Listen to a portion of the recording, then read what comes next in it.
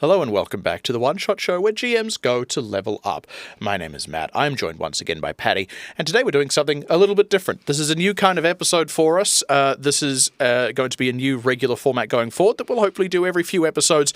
It is a Q&A format. If you support us on Patreon, you can submit questions to these Q&A sessions, and we will answer them rapid fire. We've got to keep it tight. Yeah. We have 6 questions to answer, which within our show's limits means that we've got to do 2 minutes apiece. Let's go. You're going to be so concise. I believe in you. First question is, for you as a GM, what makes for a great PC, a great player character at your table? Yeah, I've talked a little bit about this before, I think. So, look, obviously I like something that's sort of fairly well built and fairly effective.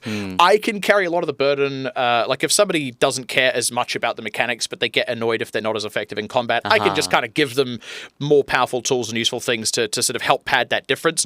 In terms of the characterization, I always say I like them to come to the table with something decent, but leave me enough room and give me the trust to do something cool. Yeah, I have a similar thing. It's kind of like, give me the broad strokes, like bring that. I also find the broad strokes are more playable for a player. Yeah. Like the big backstory is tight and tough to weave in. And my big thing is make it attached to the game that we're playing. I set things in very specific worlds. Typically, a lot of things live inside short form. And so when a player shows up like, this is the character I've always wanted to play, but I'm kind of like, but how are they going to step into this noir detective story? Yeah. How are they going to step into this seafaring story? Where it might not be all about them. I've even taken this to a total extreme in my current campaign. One of my regular players built an amnesiac. Like, no memories. He went, it's all on you, buddy. And I'm like, fantastic. What a gem. And even better, so he's playing an automaton, right? Basically a robot that is totally incongruent to the setting with very vague memories about where he came from. He moved out of town, so he had to leave the campaign. And we wrote that as like, he's had this particular recollection. He's gone to explore his past to maybe learn a little bit more about himself and where he came from. He's actually, just this weekend been, just rejoined the campaign. And I had him rejoin with the players finding another one of these automatons that has the same memories. So, new layer to this, right? Clearly, whenever he dies, quote unquote, the memory is stored across multiple of these across the setting. And they don't know how many of these constructs maybe exist, but it's clearly this memory bank for this particular individual. What a delight for that player. Yeah. Slightly flip question we've chosen next. What is a character archetype that you are sick of seeing? The one that grinds your gears. There's no one archetype, but I'm sick of seeing the most boring version of an archetype, right? I'll take a particular example of this. I've got no issues with a horny bard. I'm sick of seeing the horny bard that is like randy and rude and like a bit overly aggressive about it. Like they're like flaunting the sexuality. That's kind of got boring to me. Recently had a bard. Have you seen The Boat That Rocked? I do know The Boat That Rocked. You know Mark, the sexiest man on the planet? Is that the Rhys Ifans character? No. It's the one who doesn't talk. Oh, yes, and he's just so sexy and so charismatic that he doesn't even talk. And I had someone play a horny bard that was that character. Somebody who was so effortlessly charming. They weren't walking up and flirting with every single barmaid, but they were just so magnetic that when the party needed to leave the tavern, they were always finding them upstairs with the barmaid. It was really fun. Mine's in a slightly different, mine is less to do with a character can come with a beautiful archetype. They can be playing something beautifully.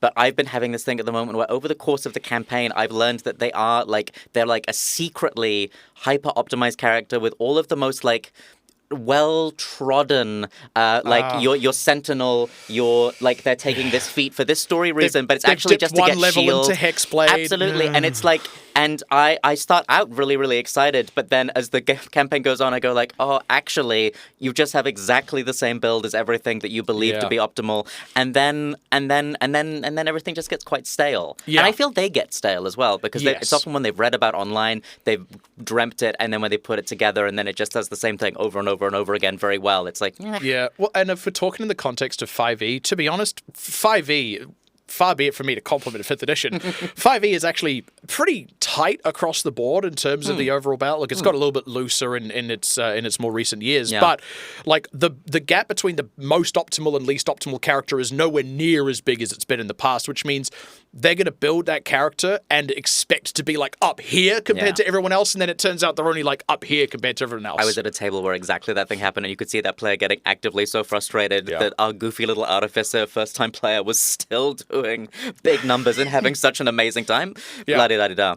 What systems have we run besides 5e? We both talked a lot about 5e, but what are we familiar with for our listeners out there? I've definitely played more than I've run as well, which is worth noting. I'm the opposite. Way more run than play. Interesting. Yeah. So a chunk of what I've actually been playing lately that isn't 5th edition has been some of the sort of 5e adaptations, like the Lord of the Rings 5th edition module. I did a Power Rangers one that was built on the sort of foundations of 5th edition. I did a Pokemon 5e one that had been pulled off the net, but was really fun. I know the one. They're really cool.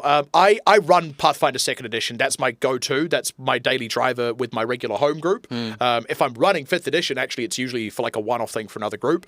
I've run a scant little amount of the Fallout RPG, which is really, really cool. Love it. And because it's the same mechanics as the video game. So if you're playing with people who have played the video game, it is so easy to pick up. It's going to feel really good. I've run a tiny, tiny little bit of Warhammer Wrath and Glory. I've heard about that. My mate in Christchurch runs that and swears by it. Yeah, I really liked it. I really, really liked it. I also had the opportunity to play in that one because, like, between three of us, we all variously ran and played, which was quite cool. We all got a bit of a turn in the passenger seat as well as the driver's seat. And desperately trying to run Shadow Dark. I've got my head around the rules, desperately trying to get the time and group together to maybe run a little bit of that. That'd be cool. I'm really looking... I've been hearing a lot about Fate recently and what I've been listening about. I would love to try some Fate. I'm really similar to you, except I've never gone near Pathfinder. We should do a Pathfinder pitch episode sometime because I still haven't got my head around... Like, I know that they're born of the same DNA from the previous, like, open game license, of the last edition. Yeah. So yeah, played a lot of 5e, currently running a lot of Daggerheart, which is really, really fun. I've run some Masks and Fabula Ultima, which is the weird JRPG one that I always hop on about. And my favorite one-shot one, which is good for Halloween, is one called 10 Candles. Which MCDM did a really great profile on, and I run that every Halloween for the last wee while. And it's a great like baby's first tabletop because it's kind of spooky stories in the dark. You play only by candlelight. Players burn candles out as their resource. And by the time the last candle goes out, the story is done and the players are all dead. Very cool. Yeah, very so cool. Cool little batch of things there. Where shall we go next? What is the most recent media that we've consumed that's influenced the games that we're running? Most recent is... Hell, that's tough. I'll go first with this one.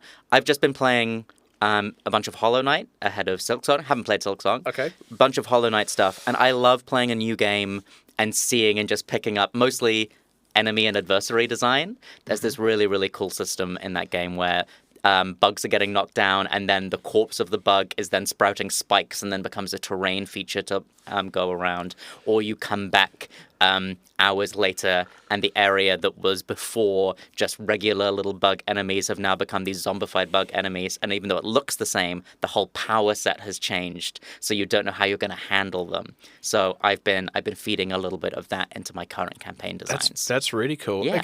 Because I guess actually that's the cool thing about this question is there's what's influencing you in terms of like the influences you draw from like narratively and how the world feels and things you create, but you're right, that's a different kind of influence where it's seeing how the enemy design works and incorporating that in instead, which what really would that cool. look like in tabletop? And I'm desperately trying to think of this because I know that there have been examples more recent than this that I've certainly incorporated, but to take a more off-kilter example, this is now quite some time ago, maybe a year or so, I came across the band Sun. It stylizes like Sun with an O and like a bunch of closed brackets. Okay. Yeah, really bizarre stuff. They've been around for ages, and I was listening to this track. It's called It Took the Night to Believe.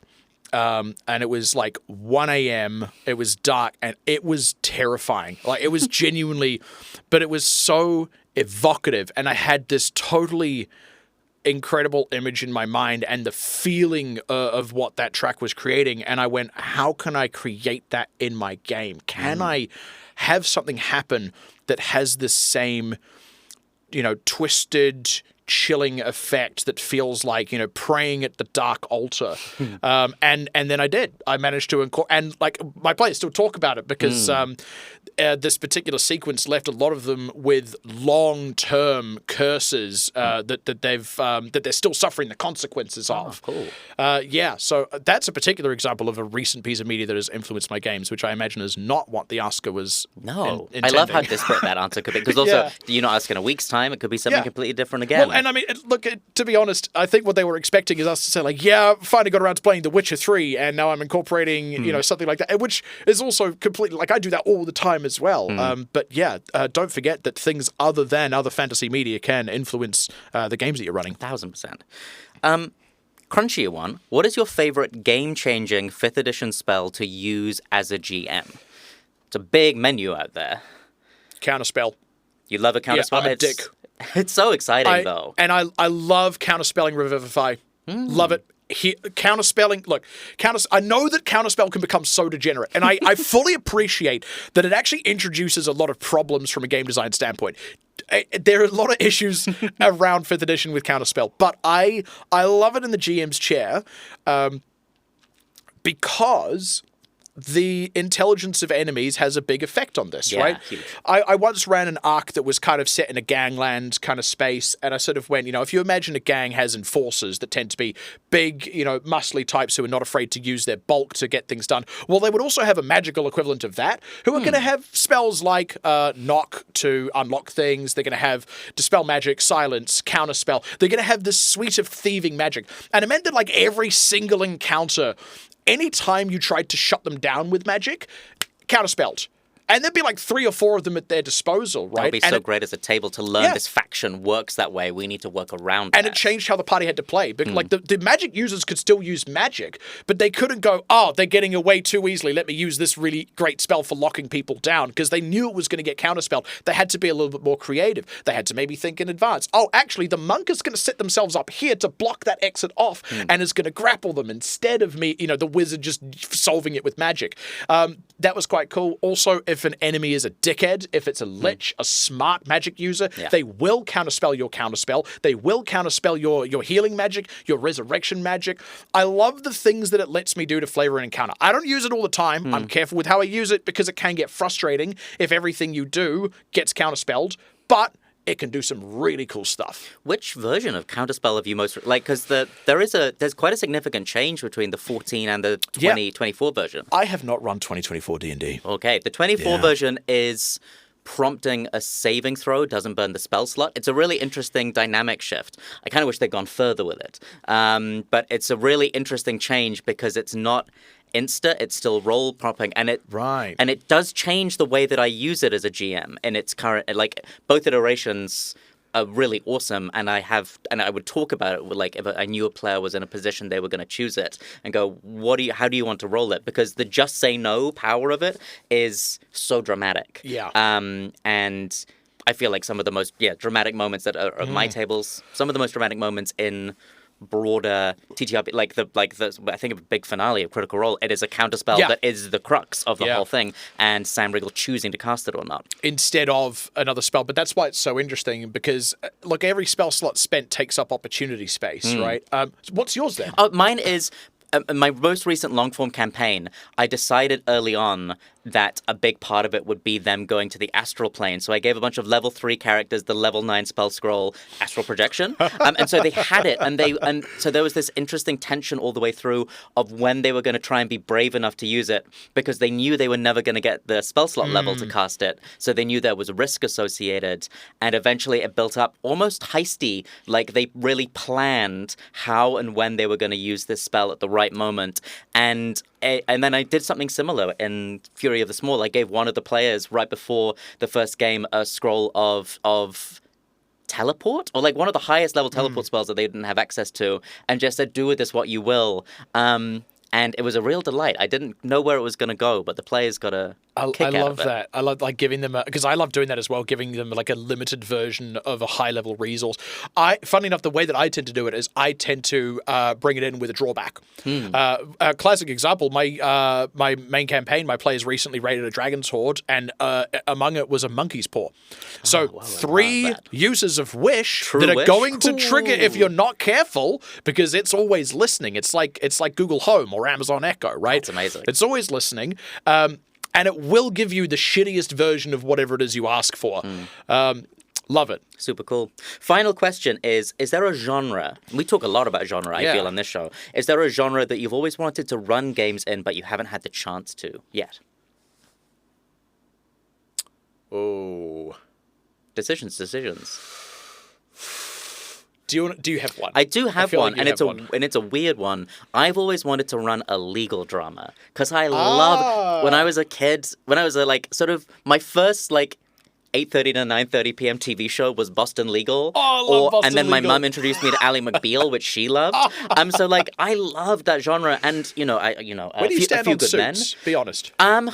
Suits. I think it is Because it's not courtroom. It's the opposite. It's not doing the it's not hitting the Doesn't high for me, scratch the- which is the faux courtroom. You need the good wife. Absolutely. Yeah. The Good Wife. The Good Wife is such a funny show. Yeah, right. But I love the legal drama, and I've always wanted to think of a way, and I've always have a couple of seeds planted for how you could bring the legal drama and D&D into one space, because it's just such a fun form, and I think dramatic players would get such a kick out of it.